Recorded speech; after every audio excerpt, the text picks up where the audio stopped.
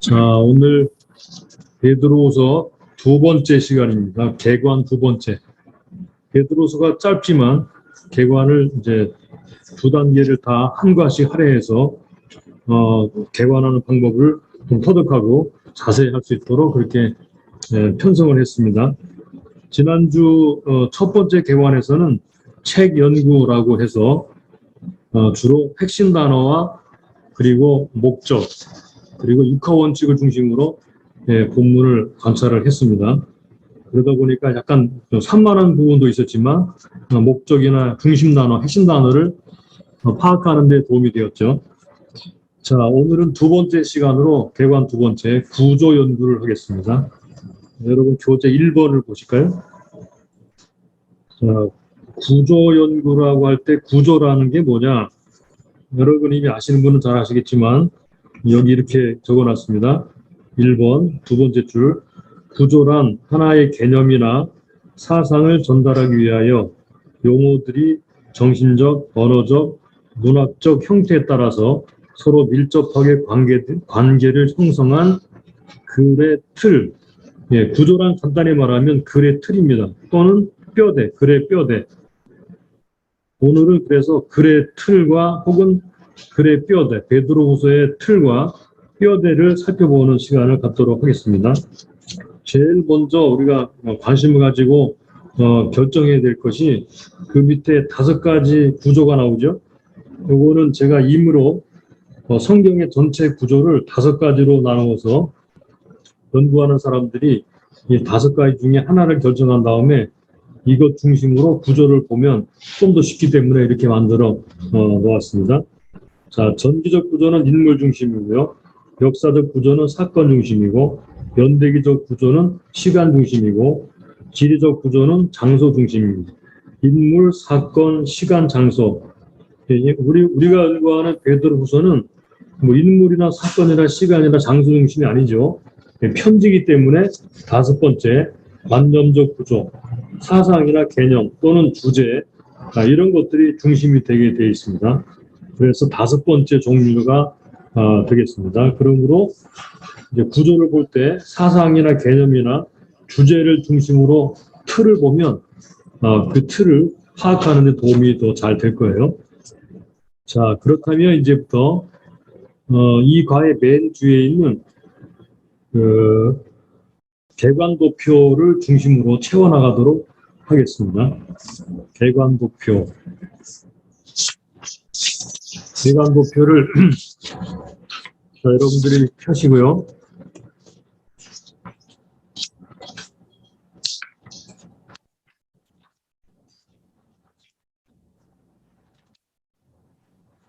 맨 꼭대기에 보면 그 핵심 구조 또는 주요 구조라고 그렇게 되어 있죠, 그죠? 아마 그 옛날 지금 여러분이 가지고 있는 교재에는 구조 구분이라고 되어 있을 거예요. 그것을 이제 처음 나온 책이기 때문에 용어를 그 다음 그 책에서는 핵심 구조라고 이렇게 만들었는데 핵심 구조 또는 구조 구분. 핵심 구조라고 하는 게 더 잘 파악이 될 거예요. 핵심 구조. 그 칸을 보시죠. 핵심 구조를 간단하게 도표로 그려보면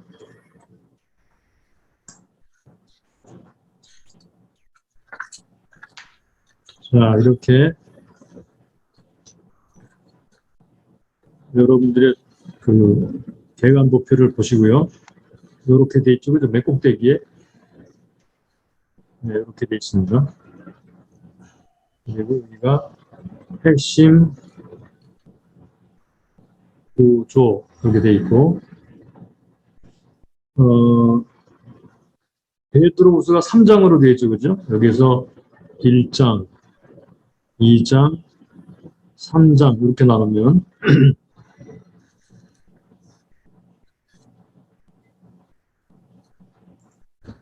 꼭대기에 칸이 안 그어져 있을 테니까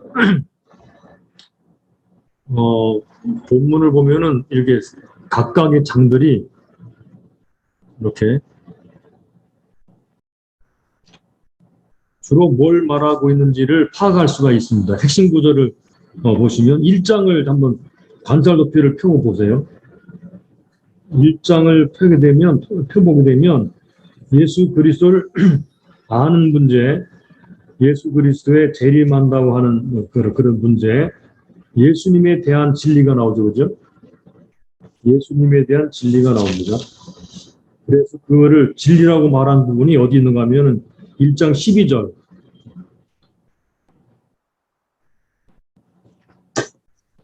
이러므로 너희가 이것들을 알고, 여기 이것은 복수라 그랬죠, 그죠? 이것들을 알고 이미 있는 진리에 섰으나, 이렇게 말을 했어요. 그러니까 지금 앞부분의 전체를 말하는 것을 여기서 다시 말하고 있는 건데, 지금 앞에서 말한 이런 것들을 너희들이 다 알고 있고 이미 있는 진리에 서 있지만 항상 생각해야 된다, 그 말이거든요.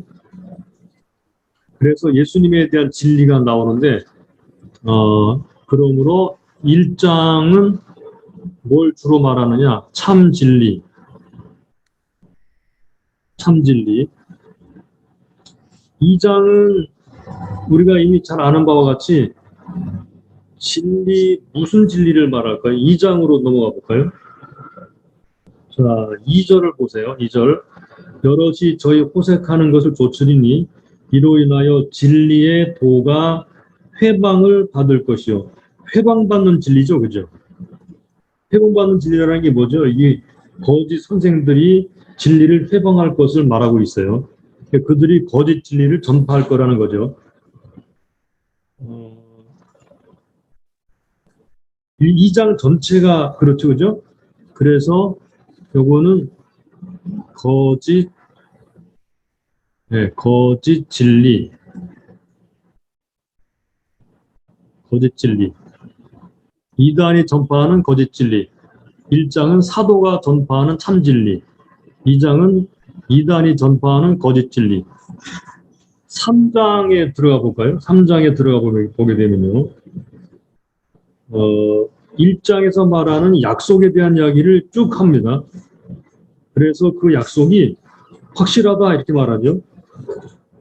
8절, 9절 이런 곳에 보게 되면 사람들에게는 오래 더디다 이렇게 하지만 그런 하나님은 오래 참으셔서 다 회개하기 이르기를 원하신다, 이렇게 말씀하죠. 그리고 마지막 때가 오게 될 것이고 새하늘과 새 땅을 바라보게 되고 바울도 이런 일을 썼다, 이렇게 말합니다. 그래서 약속이 이루어진다, 이렇게 말하죠. 3장은 바로 진리의 약속이 이루어진다라는 말씀입니다. 이걸 간단하게 말로 표현하면 참 진리의 확실성,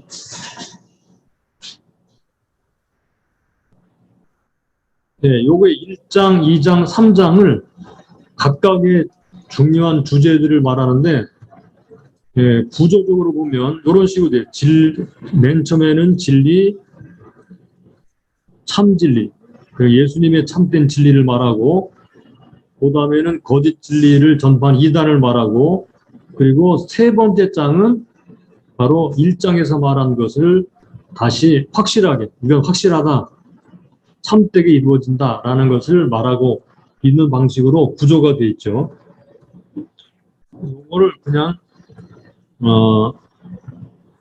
이렇게 나누면, 이거는 참과 거짓, 이렇게 나눌 수 있죠, 그죠? 참과 거짓, 무엇이 진짜고 무엇이 거짓이냐 하는 문제를 다루게 되죠. 그리고 세 번째는 그 결과, 그 결과, 이렇게 참된 것을 쫓는 사람들과 거짓을 쫓는 사람들이 마지막에 어떤 결과를 가져올 것인가. 그러므로 너희들은 삼가고 자라가라, 이렇게 말을 하고 있어요. 어떤 사람들은 이것을 믿지 않고 약속이 이루어지지 않는다라고 말을 하지만, 그러나 반드시 그것이 이루어지게 될 것이고 새하늘과 새 땅을 보게 될 것이다, 이렇게 말하죠. 이렇게 나누게 되는 게 이제 핵심 구조입니다. 여러분들의 교재에 이렇게 이제 네모가 되면은 되겠고요. 저는 도표를 따로 떼가지고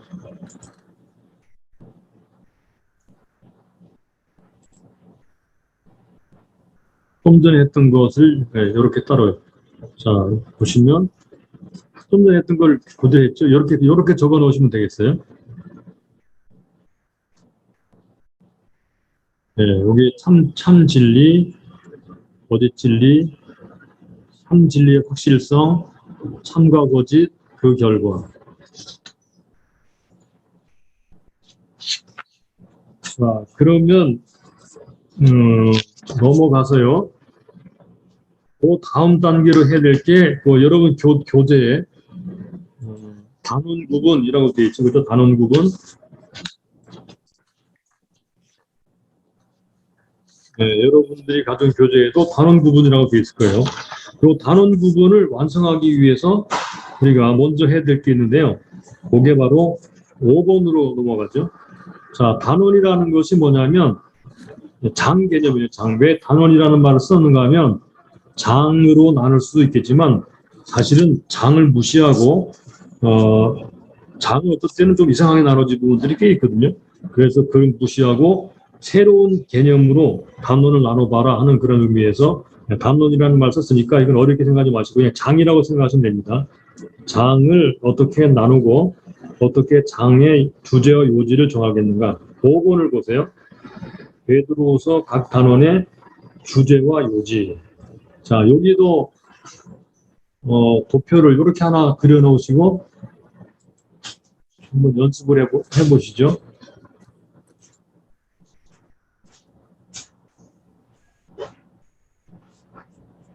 자, 이것도 이제는 이제 전체를 보았으니까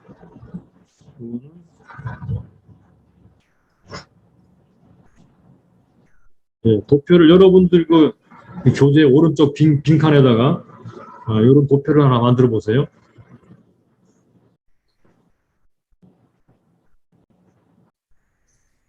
이렇게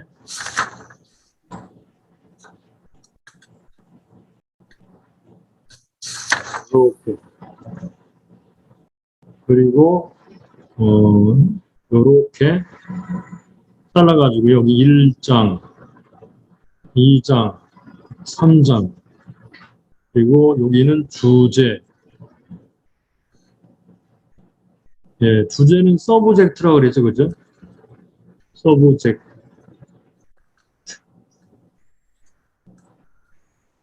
이거는 요지. 요지는 theme. 주제는 요거는 뭐라고 그랬나요? 서브젝트는 주제라고 할 때 이것은 생각의 재료.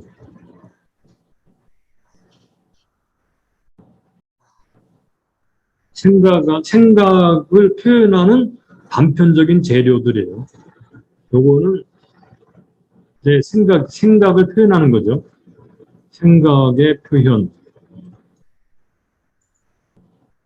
그러니까 말하자면 1장의 주제라고 하는 것은 1장이 말하고자 하는 재료들 중에 대표적인 재료가 뭐냐 이 말이고요. 그 재료를 통해 또는 그 재료들을 통해 요지는 무슨 생각을 표현하고자 하느냐 하는 것을 찾아내는 거예요. 이런 훈련을 하게 되면요. 우리가 설교할 때도 굉장히 많은 도움이 되고 전체 흐름을 하나의 주제나 요지를 딱 장악해서 설교하는데 왔다 갔다 하지 않고 할 수 있도록 그렇게 훈련이 될 것입니다. 자, 그러면 1장을 다시 볼까요? 1장. 1장은 우리가 앞에서 핵심 구조 볼 때 그랬죠? 예수 그리스도의 진리라고 그랬죠. 그죠? 참 진리. 참 진리는 예수님의 진리를 말해요. 예수 그리스도에 대한 진리예요. 그렇죠? 2장은 또 뭐라 그랬나요? 요거는 비진리, 거짓 진리죠. 그런데 요거는 요지를 말할 것이기 때문에 조금 다르게 표현을 해보겠습니다. 진리가 회방을 받죠. 진리의 회방. 진리의 회방. 그 세 번째는 진리의 확실함.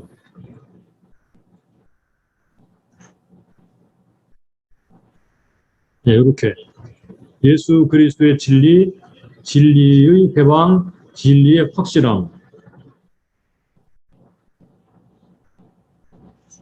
이 베드로서는 너무나 쉬운, 파악하기 쉬운 책이기 때문에 이거 어렵지 않을 것입니다. 금방 파악이 될 거예요. 2장은 2단을 말하는 거니까 3장은 1장에서 말하는 것이 확실하다 하는 걸 말하는 거니까요. 그리고 요지를 정해볼까요? 요지가 어떻게 돼요? 1장을 보게 되면 1장의 요지는 요절을 통해 요지는 키워드하고 키버스 요거를 중심으로 정한다 그랬죠?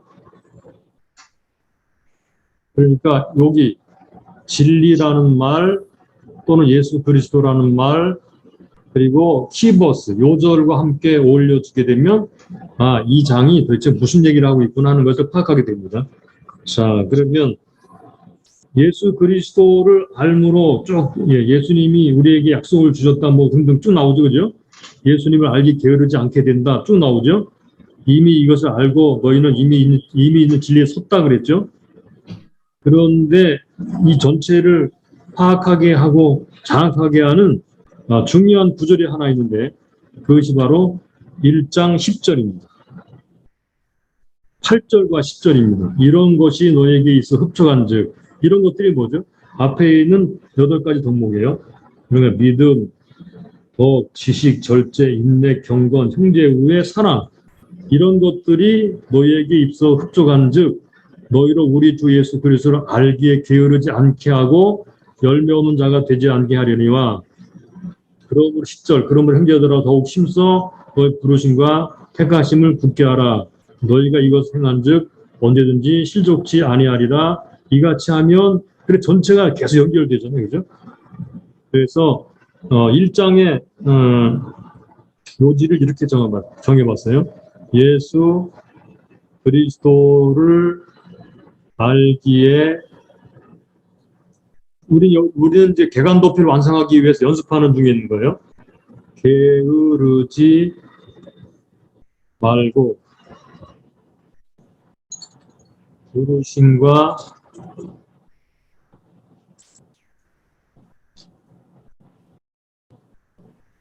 부르심과 택하심을 굳게 하라.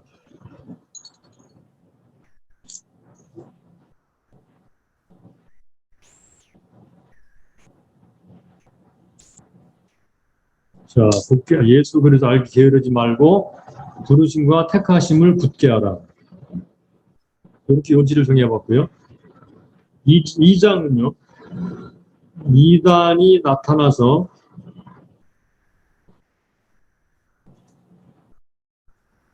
진리를 해방할 것이나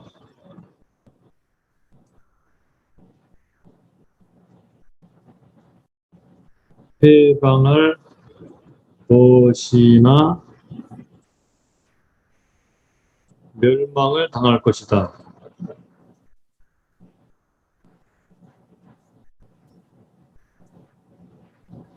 네, 2장은 2단이라는 말이 나오죠. 2장 1절에 멸망케 할 2단을 가만히 끌어들여 자기들을 사신 주를 부인하고 임박한 멸망을 스스로 취하는 자들이라.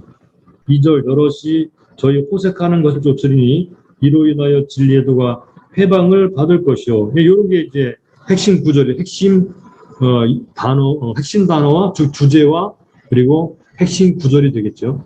이런 것들을 중심으로 이단이 나타나서 진리를 해방할 것이나 멸망을 당하게 될 것이다. 그 다음에 3장은 주의 약속이 어디 있느냐 이렇게 물어보죠. 약속이라는 단어가 많이 나와요. 3장에서는요.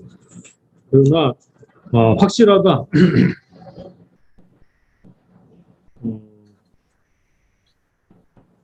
계속 확실하다는 말을 하죠.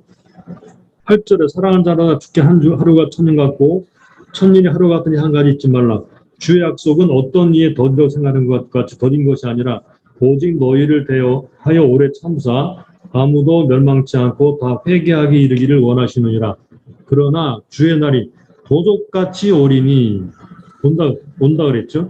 그리고 그날이 13절 우리는 그의 약속대로 의에 거하는 바 새하늘과 새 땅을 바라보도다. 그래서 3장이 말하는 바는 진리의 약속, 진리의 말씀이 확실하다는 것입니다. 그래서 요지를 주의 약속은 확실하게 이루어진다.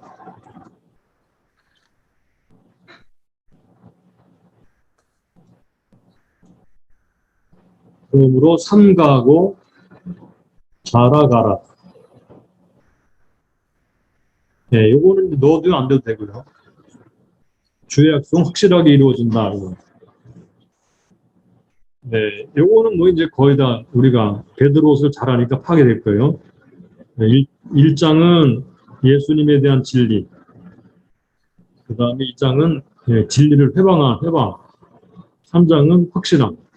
거기에 따른 주제와 키보드를 통해서 간단한 요약을 해보았습니다.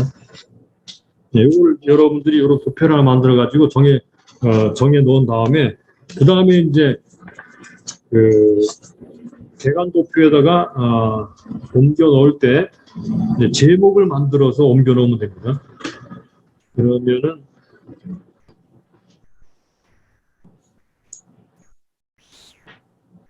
자, 여러분들의 교재 6번으로 넘어가보세요. 6번. 자, 6번에 제일 먼저 제목. 이제 책 제목과 각 단원, 즉 장 제목을 정해야 되거든요. 책 제목과 장 제목. 그러면 먼저 이제 책 제목부터 정할까요?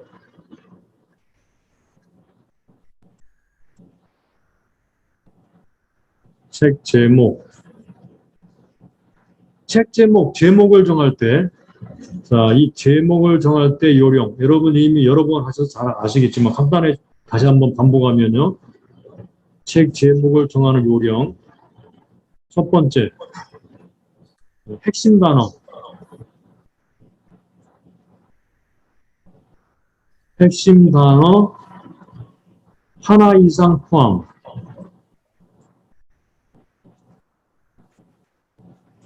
핵심 단어 하나 이상 포함되고요. 포함시켜야 되고요. 왜냐하면 본문을 나타내야 되니까, 그 본문 자체를 나타내야 되니까. 두 번째, 핵심 단어를 4개 내지 하나 이상 포함시켜서 단어가 4개 내지 5개 단어 정도로 말을 만드는 거예요. 핵심 단어 하나 이상을 포함시키고 4개 내지 5개의 단어로 만들고, 세 번째, 연관성.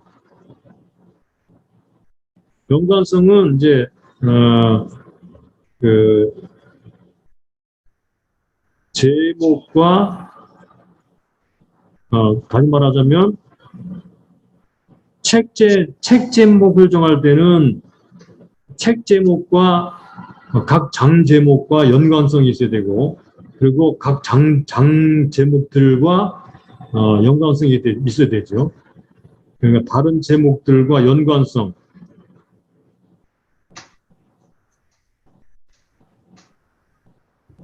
전혀 동떨어진 그런 얘기를 하면 안 되죠, 그죠?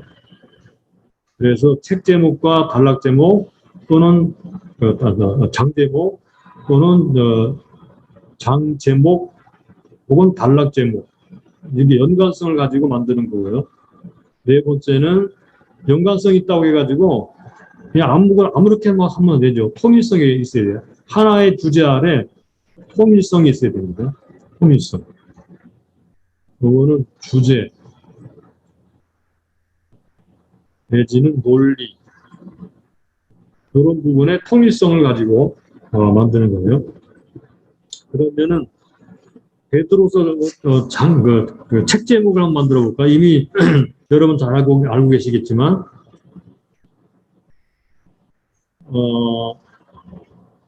베드로후서의 핵심 단어가 예수 그리스도, 안다는 문제, 그리고 약속, 말씀, 뭐 이런 게 있었죠, 그죠? 그런데 요것들을 가장 잘 표현해주는 핵심 구절이 3장 17, 18절이었어요. 자, 볼까요? 그러므로 살아라는 자들아, 너희 이것을 미리 알았은즉 모업한 자들의 미혹에 끌려 너희 굳센 데서 떨어질까 삼거라. 이건 2장에 대한 교훈이죠. 18절. 오직 우리 주 곧 구주 예수 그리스도의 은혜와 저를 아는 지식에서 자라가라. 요 1장에서 많이 강조했죠, 그죠? 그래서 17, 18절은 베드로후서 전체를 나타내는 중요한 교훈이에요. 그러므로 제목을 예수 그리스도를 알므로 삼가고 자라가라. 여기 그냥 삼가고 자라가라 그러면 뭘 삼가고 자라가라는지가 잘 안 와닿으니까 요 앞에 요거 예수를 알므로 라는 말을 넣으면 더 좋겠죠. 예수 그리스도를 알므로 삼가고 자라가라.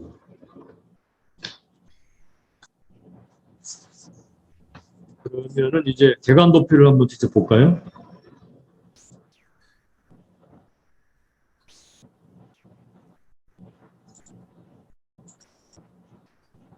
자, 여러분들의 개관 도표를 함께 보시면서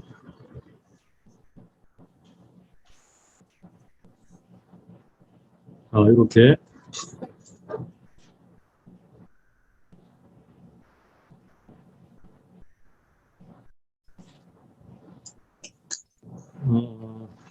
책 제목을 예수 그리스도를 알므로 삼가고 자라가라 이렇게 적어 놓으시면 되고요. 핵심 구조 봤죠, 그죠? 1장은 참진리, 2장은 거짓진리, 3장은 참진리의 확실성. 그리고 이거를 크게 1, 2장을 한꺼번에 보게 되면 참과 거짓, 그리고 3장은 그 결과. 이렇게 표현한 게 핵심 구조였고요. 그 다음에 단원 책 제목을 정했으니까 그 책 제목에 어울리는 단원 제목, 장 제목을 정하면 되겠죠. 이미 앞에서 한 거, 아까 좀 전에 우리 요지를 정하고 부제를 정했죠, 그죠? 5번에서 그거를 중심으로 해서 제목을 만들어내면 돼요. 1장은 제가 이렇게 정했어요. 부르심과 택하심을 굳게 함으로, 부르심과 택하심을 굳게 함으로. 부르심과 택하심 어떻게 굳게 한다 그랬죠? 이것들을 더욱 힘써 굳게 하라 이렇게 말을 했는데, 더욱 힘써 공급하라는 말이 5절과 7절에 나와요. 더욱 힘써 공급함으로써, 즉 예수 그리스도를 알아가는 그러한 일에 힘쓰라는 거죠. 8절 이런 것이 너에게 있어 적한즉 너희로 우리 주 예수 그리스도 알기에 게으르지 않고, 그러므로 이 8가지 덕목을 채우게 되면 예수님을 알기에 게으르지 않게 된다는 말입니다. 그러므로 너희들이 더욱 힘써서 부르심과 택하심 굳게 하라 이렇게 말을 했기 때문에 예수 그리스도 알므로 삼가고 자라가라, 부르심과 택하심을 굳게 함으로. 그 다음에 두 번째 장은요, 거짓 선생들에 대한 이야기죠. 삼가 자라가라. 왜? 거짓 선생들이 있을 것이므로. 거짓 선생들이 있을 것이므로 예수 그리스도를 알므로 삼가고 자라가라. 이렇게 하는 게 연관성이에요. 자, 그 다음에 3장. 진실한 마음을 일깨워 말씀을 여기 기억함으로. 자, 이 말씀은 구약과 신약을 다 읽는 거죠. 기억함으로 예수님을 알므로 삼가고 자라가라. 이렇게 우리가 만들어 보았습니다. 베드로서는 뭐 쉬우니까 그 다음에 넘어가죠. 7번으로 가고 여러분 그 7번. 이번에는 내용 분석. 네, 중간에 내용 분석이라고 하는데 이 내용 분석은 우리가 장으로 본 것 외에 다른 주제라든가 다른 진행 사항이라든가 다른 연관성이라든가 다른 주제라든가 이런 것들을 찾아서 좀 더 상세하게 분석을 해보는 거예요. 자, 이렇게 볼 수 있습니다. 1장은 약속, 주신 것이라는 말이 나오죠. 주신 것, 약속. 자, 1장 3절을 보세요. 그의 신기한 능력으로 생명과 경건에 속한 모든 것을 우리에게 주셨으니 이렇게 말했죠. 4절에도 그 보배롭고 지극히 큰 약속을 우리에게 주셨다 그랬어요. 그래서 약속, 주신 것. 그런데 3장 7절까지는 왜 3장 7절까지 여기는 나눴는가 하면요. 3장 7절까지는 예수님의 강림에 대한 약속을 조롱하는 자들에 대한 이야기이기 때문에 이렇게 나누는 거예요. 이것을 약속을 회방하죠. 그러나 3장 8절부터 마지막 절까지는 약속의 성취. 이렇게 보았어요. 이렇게 보면 또 일관성이 있죠, 그죠? 1장은 약속, 주신 것, 약속을 주셨죠. 그런데 2장과 3장 7절까지는 그 해방하는 사람들이 나타나죠. 그러나 그 뒷부분, 끝부분에는 약속이 성취된다, 그 말입니다. 그리고 좀 더 다른 방식으로 4절까지는 주신 것, 그 다음에 11절까지는 공급하고 굳게 할 것. 그러니까 4장 4절까지는 하나님이 주신 것이고 11절까지는 우리가 공급하고 굳게 할 것이고요. 그때 21절까지는 생각하고 주의할 것. 그렇게 나눠져요. 여러분 1장을 자세히 보면 이렇게 나눠집니다. 공급하라. 더욱 힘써 공급하라. 생각하고 주의할 것이 나오죠. 그 다음에 2장은 이건 조심할 것. 자, 2장은 조심할 거죠. 3장은 기억하고 삼가고 자랑할 것. 네, 이미 우리 관찰할 때 다 본 내용들입니다. 자, 이것도 교리적으로 혹은 구원론과 같은 그런 신학적인 그런 용어로 조직신학적인 그런 용어로 이렇게 표현해 보자면 1장은 구원론이에요. 구원론. 2장은 이단에 관한 이야기죠. 이단론이죠. 3장은 종말론이죠. 네, 1장은 어떻게 구원받는가 하는 얘기고 2장은 그것을 회방하는 이단들은 어떻게 할 것인가. 그리고 3장은 그를 불구하고 하나님 약속하신 그 구원이 완성된다라는 이야기가 들어있어요. 자, 또 이렇게 볼 수 있어요. 1장의 진리는 우리가 주로 주어예요. 우리가. 진리를 말할 때는 우리가 주로 주어고요. 그리고 2장에서 거짓 진리를 말할 때는 저희는 이렇게 저희가 주어로 많이 나오고요. 그리고 마지막 구원과 심판에 대한 이야기의 주어는 하나님이세요.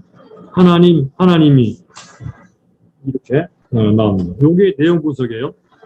자, 왜 이렇게 하느냐? 이렇게 하는 가운데 베드로후서 전체가 이런 방식 저런 방식 관점으로 보면서 본문의 내용이 파악이 되죠. 관찰의 목적이 무엇인지 여러분 아시나요? 관찰의 목적은 내용을 파악하는 것입니다. 내용을 파악하는 것이고요.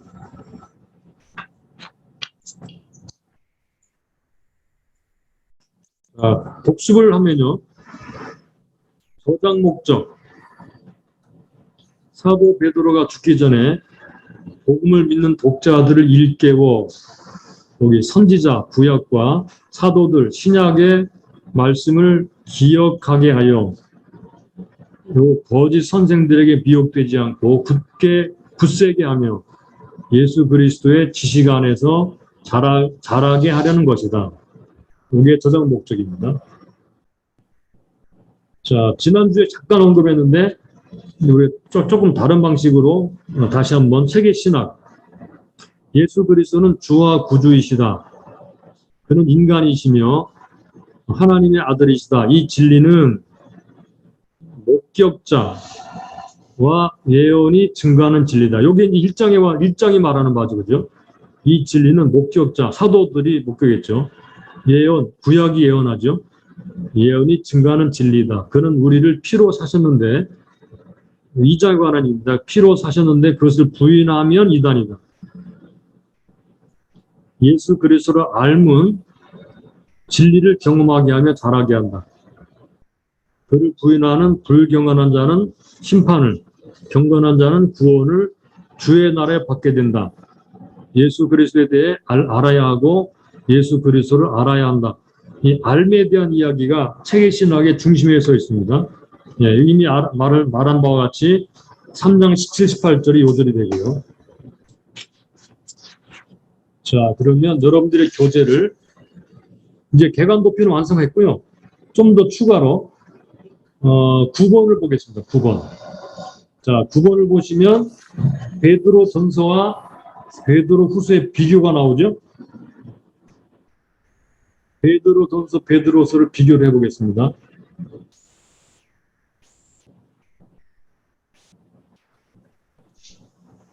자, 이 도표를 이렇게 채워 넣을 수 있을 거예요.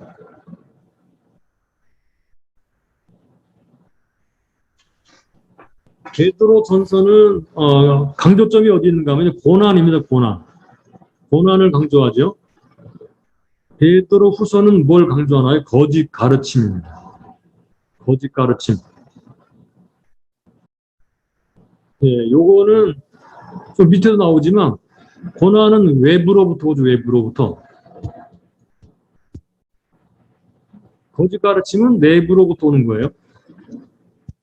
베드로 전서 후서가 이렇게 독특한 특징이 있습니다.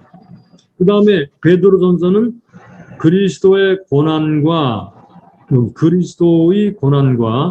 그리스도인의 고난의 영광을 말하는 반면에 베드로 후서는 따르는 자들의 영광이 확실하다라는 사실을 강조합니다. 그리고 베드로 전서는 예수 그리스도 구속을 얘기하고 강조하는 반면에 베드로 후서는 예수 그리스도가 우리의 주와 구주가 되신다라는 것을 강조하고요. 베드로 전서는 위로와 격려가 있는 반면에 베드로 후서는 경고 있죠. 이 경고는 이단에 대한 경고죠. 왜 위로와 격려를 하나요? 요거는 핍박에 대한 것이기 때문에 그래요.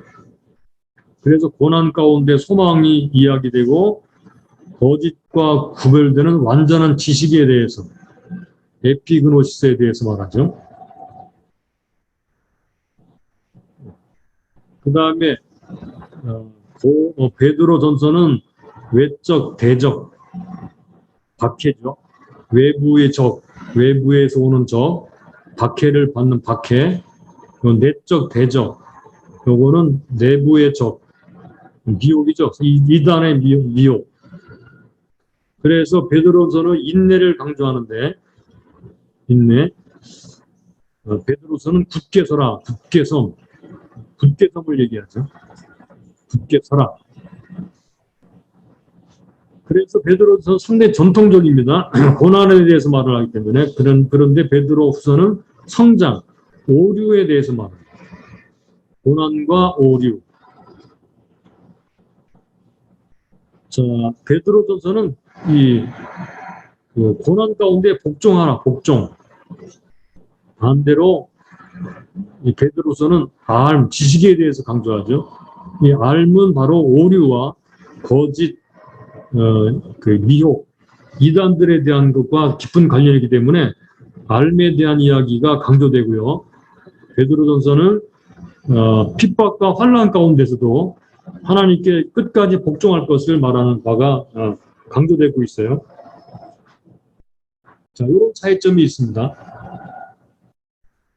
자, 그럼 이제 마지막으로 오늘은 이제 조금 일찍 끝나겠네요. 자, 마지막으로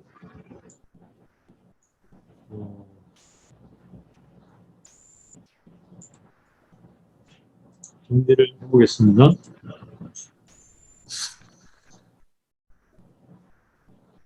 우리가 그 지난주 개관 끝날 때쯤에서도 신학적인 문제를 간단히 얘기할 때 알매에 대한 이야기를 했거든요.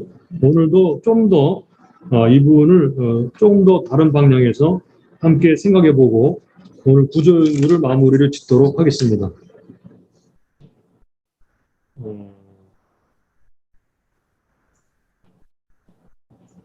자,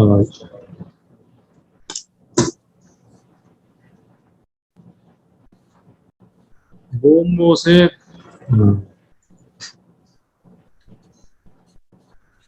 자, 무엇에 대해서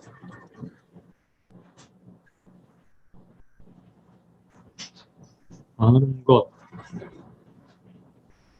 그리고 무엇을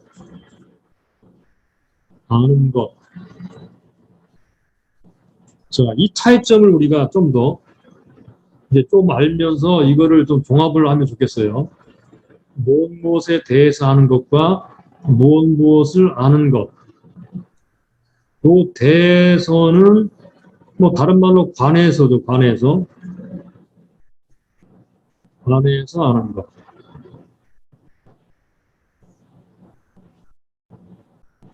그런데 자, 요거는요. 말하자면 교리적으로 아는 것입니다. 교리적으로. 또는 지식적으로 아는 것입니다.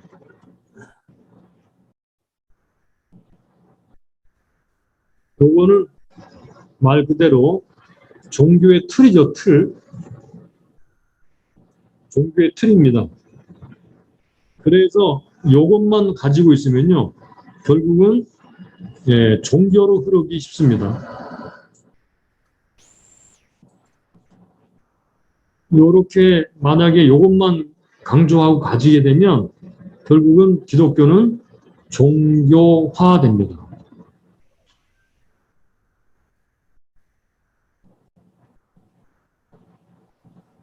종교화가 될 가능성이 있습니다. 그런데 여기 관해서가 아니고 무엇을 여기 을 알 때 요거는 지난주에도 말씀드렸던 것처럼 관계로 아는 것입니다.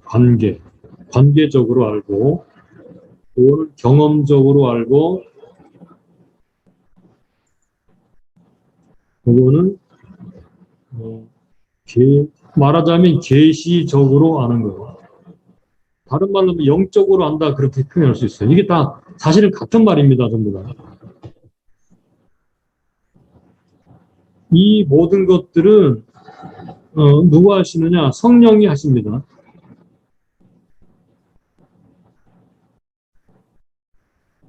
요거는 뭘 관해서 안다는 것은 뭘 통해 알 수 있는 거냐? 성경을 통해 알 수 있습니다. 그걸 여러분이 꼭 기억해 두세요. 그건 여러분 잘 아시다시피 성경을 통해 아는 거고 예수님을 아는 것은요. 성령을 통해 아는 것입니다. 자, 이렇게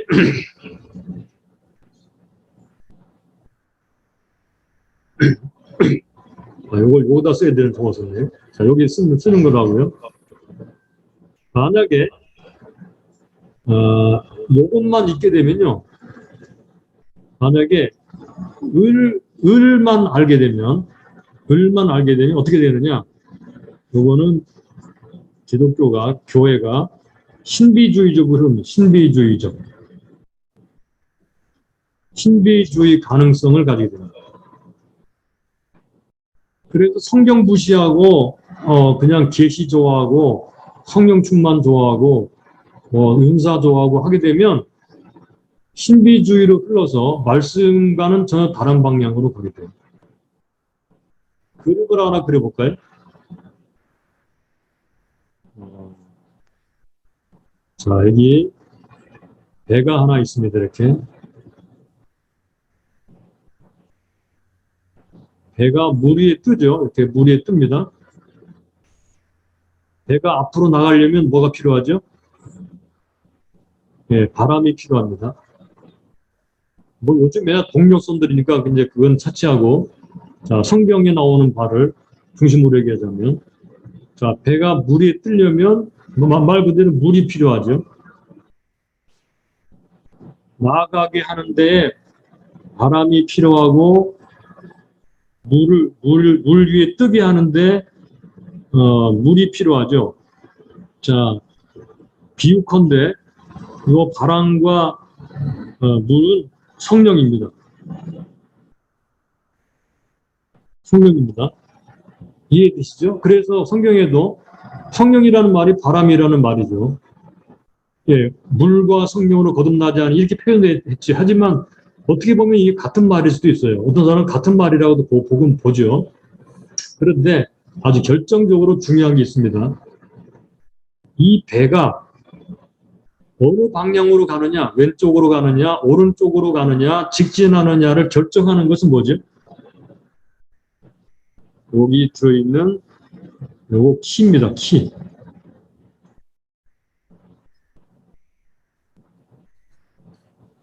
요 키가 어느 방향으로 틀을 트느냐에 따라서 이 배는 왼쪽으로 갈 수 있고 오른쪽으로 갈 수 있고 직진할 수도 있고 어느 방향으로든지 간에 가게 돼요.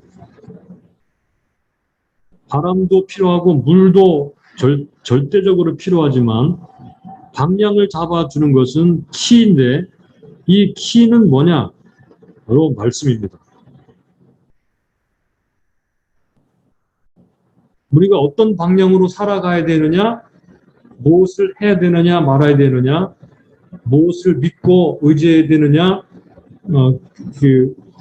내게 있는 말씀이 믿음으로 확고하게 앞으로 나가기도 하고 멈추기도 하고 마음의 평안을 가져서 뭔가를 행하기도 하고 움직이게 만드는 것이 바로 말씀.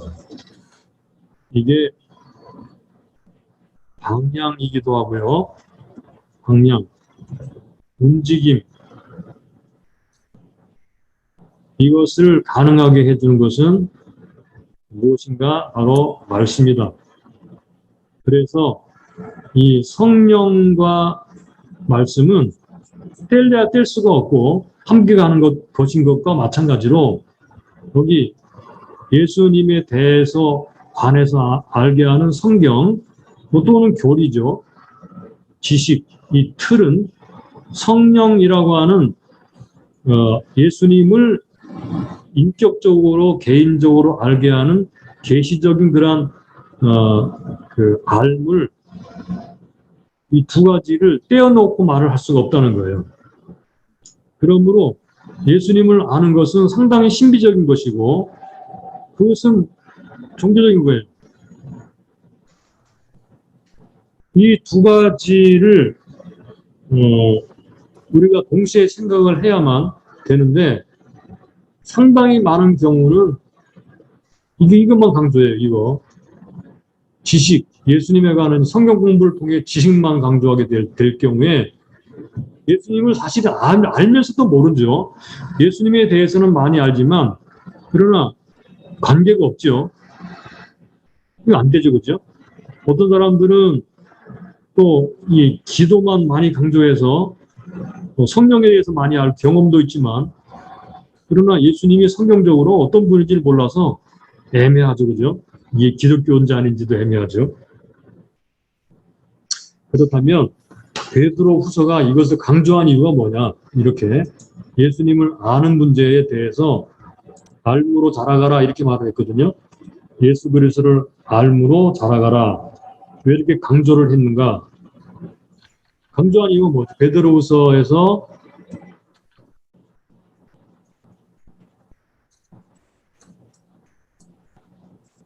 예수 그리스도를 삶에 대해서 강조한 이유.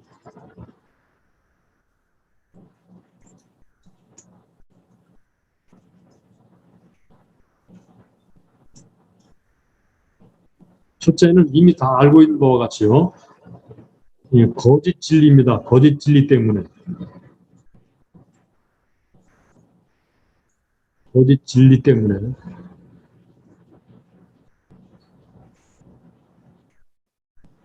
요거 에피그노시스인데요.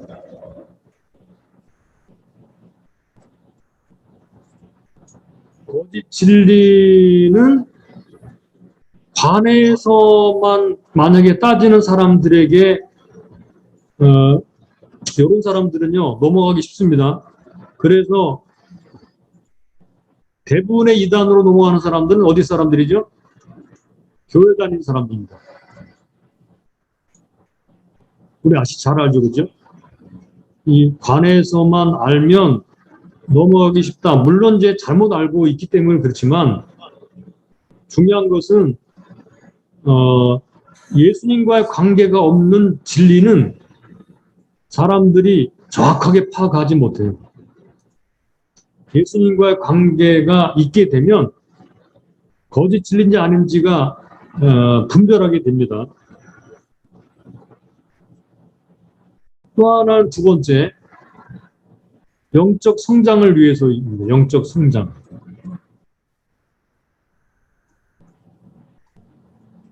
영적 성장을 위해서. 자, 이 알문 곧 성장입니다. 알므로 자라가라 그랬죠. 성장하는 사람은 예수님을 알게 됩니다. 여기 을 알게 됩니다. 예수님을 알게 됩니다. 예수님에 관해서만 아는 것은 성장이 아닙니다. 우리가 꼭 알아야 될 것입니다. 성경 지식을 많이 한다고 해서 그 사람이 영적으로 성장했다 아니라는 거예요. 예수님에 관해서 알고 예수님을 알 때 이 사람은 영적 성장이 일어납니다. 영적 성장은 지식의 성장이 아니라 뭐의 성장인가요? 그거는 관계의 성장입니다. 관계적인 성장이에요. 많은 제자 훈련들이 실패하는 이유가 지식은 많은데 관계가 없기 때문에 실패합니다. 자, 그래서 거짓 진리가 어떤 것인지도 배워야 되고 조심해야 되는 것도 알아야 되지만 그러나 예수님과 가깝게 예수님과 함께 더 깊이 알아가는 성장이 일어나게 될 때 이게 균형이 맞춰지게 되죠. 그러므로 요거는 그 지식이라면 요거는 바로 관계입니다.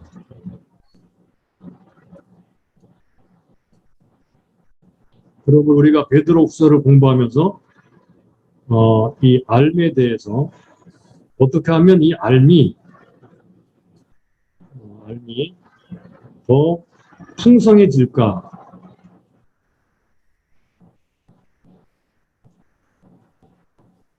하는 부분을 함께 참고하면서